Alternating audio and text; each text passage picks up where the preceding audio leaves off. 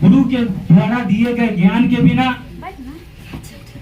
बिल्कुल उस पशु के समान है जिस पशु को किसी चीज का ज्ञान नहीं होता, वह अज्ञानी होता।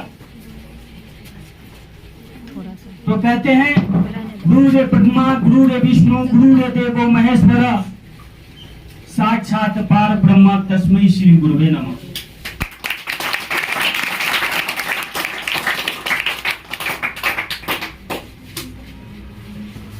हमको अपने गुरु का, हमको अपने शिक्षक का सम्मान करना चाहिए।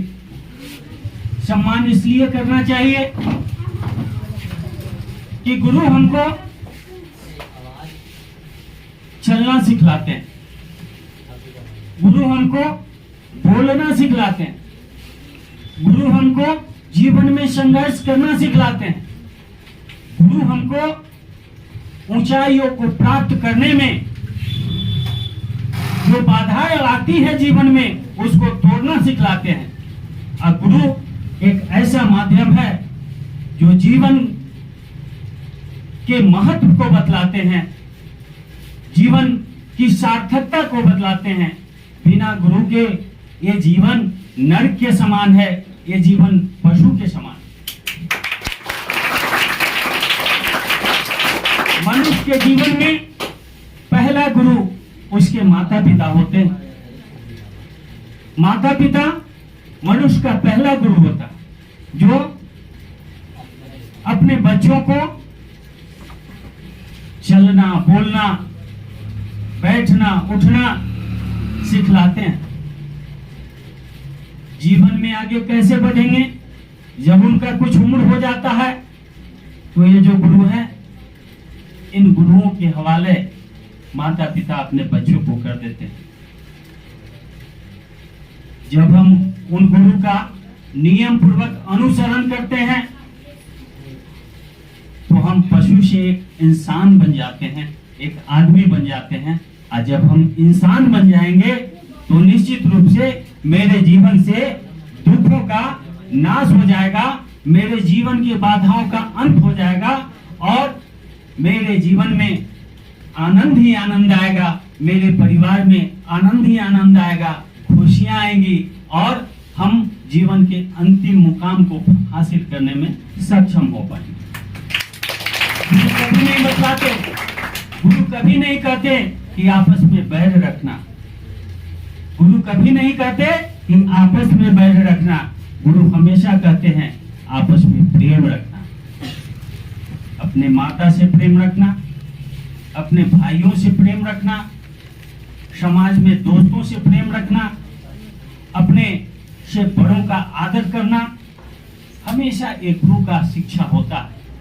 प्रायः हम देखते हैं, बड़ी चिंता का विषय है, प्रायः हम देखते हैं कि आज के बच्चे अपने बुजुर्गों का सम्मान नहीं करते।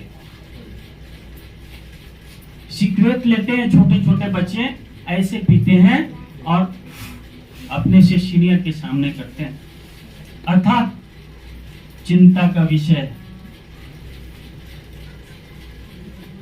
परिवार समाज और देश के लिए चिंता का विषय है कि कहीं न कहीं शिक्षा लेने की जो हमारी परंपरा है उसमें खामियां आ रही हैं, त्रुटि आ रही।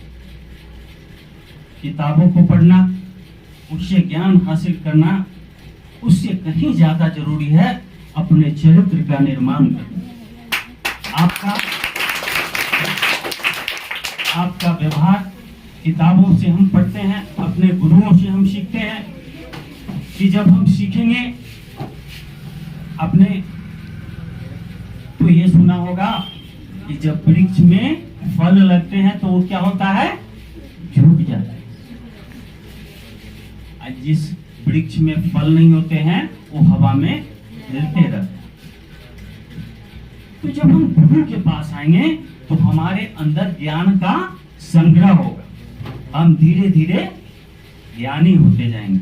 और जब हम ज्ञानी होंगे तो निश्चित रूप से हमारा सर झुकेगा, न कि हम सीना तानेंगे।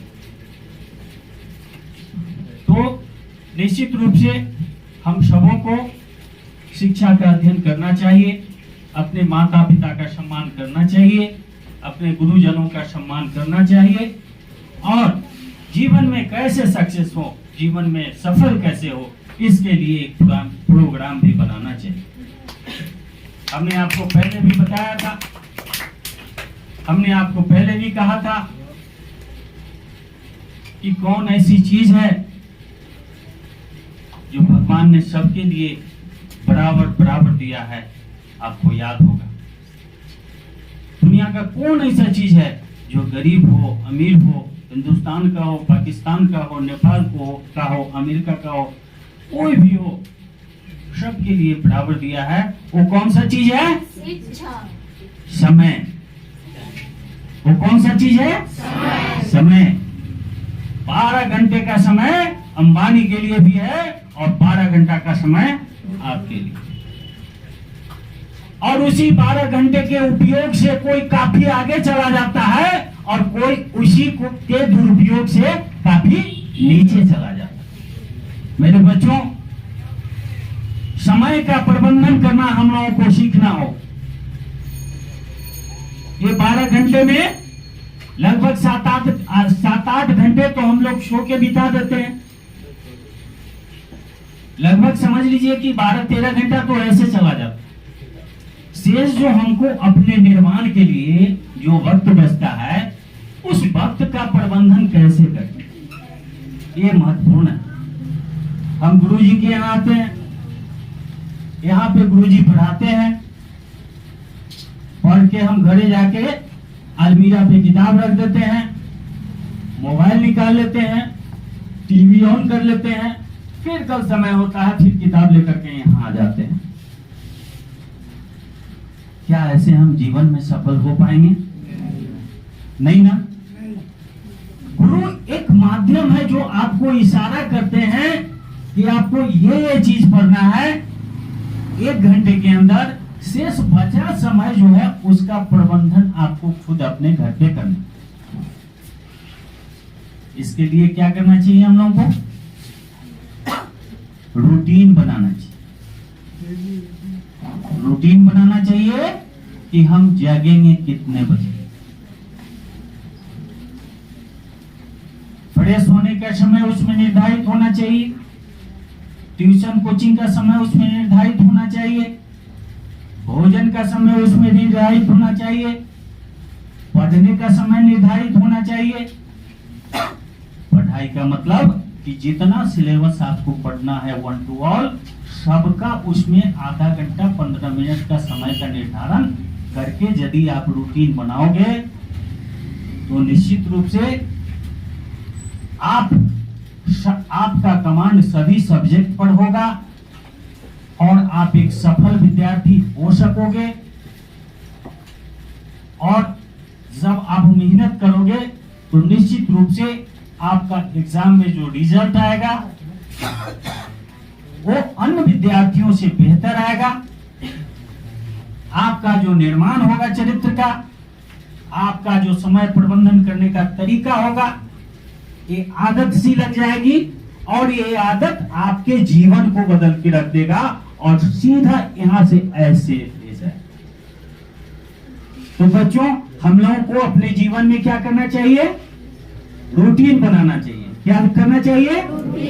रूटीन बना के क्या करना चाहिए? समय का प्रबंधन करना चाहिए। समय का प्रबंधन करेंगे तो निश्चित रूप से हम एक सफल विद्यार्थी हो पाएंगे। जब आप सफल विद्यार्थी होंगे, जब आप सफलता प्राप्त करेंगे तो आपके गुरु आप पे गर्व करेंगे, आपके माता पिता आप पे गर्व करेंगे, आपके समाज के लोग आप पे गर्व करेंगे। तो ये मनुष्य का जीवन तो बार बार मिलता नहीं, छात्र तो आप जीवन में दोबारा बनेंगे नहीं। तो ये जो मौका मिला है गर्व कराने का, इसको क्यों गंवाना? आज शिक्षक दिवस 5 सितंबर से हम लोग संकल्प लें कि अब हम वैसा छात्र बन के दिखाएंगे जिस पर हमारा माता पिता और समाज गर्व करे। हमको इसके लिए समय प्रबंधन करने की जरूरत है। हम उम्मीद करते हैं कि निश्चित रूप से हमारी बातों को आप अपने जीवन में उतारेंगे और समय का प्रबंधन करेंगे और एक बेहतर छात्र बनने का काम करेंगे।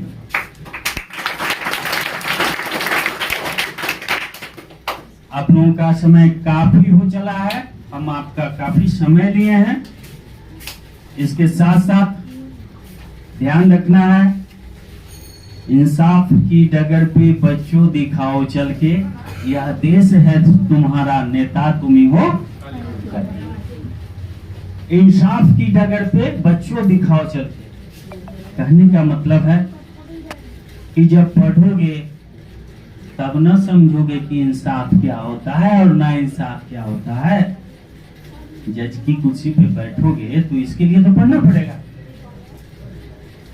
समय का प्रबंधन कर लो। कल का तुम एसपी हो, कल का कलेक्टर हो, कल का दरोगा हो, कल का मजिस्ट्रेट हो, कल का मुख्यमंत्री हो, तुम ही में से कल का निर्माण होगा। हम चाहते हैं कि आप लोगों को शिक्षक दिवस के अवसर पर बहुत बहुत शुभकामना और बधाई। आप हमारे देश के भविष्य हैं। आप इतना मेहनत करें कि हमको भी लगे कि हमारा बच्चा जा रहा है, हम भी फख्र से कहें कि ही इज माई मतलब सन, ही इज माई मतलब कजन या डॉटर, ये गर्व से हम बोल सके। ऐसा चरित्र निर्माण हम सबों को करना चाहिए। और एक बार फिर हम रणधीर सर को बहुत सारी शुभकामनाएं देना चाहेंगे आज के दिन, उनकी टीम को, कि इसी तरीके से आप बच्चों में संस्कार और काम करने की क्षमता का विकास करते रहें और ऊपर वाले आपका भी भलाई करेंगे। इसी के साथ हम अपनी वाणी को विराम देते हैं। बहुत बहुत धन्यवाद।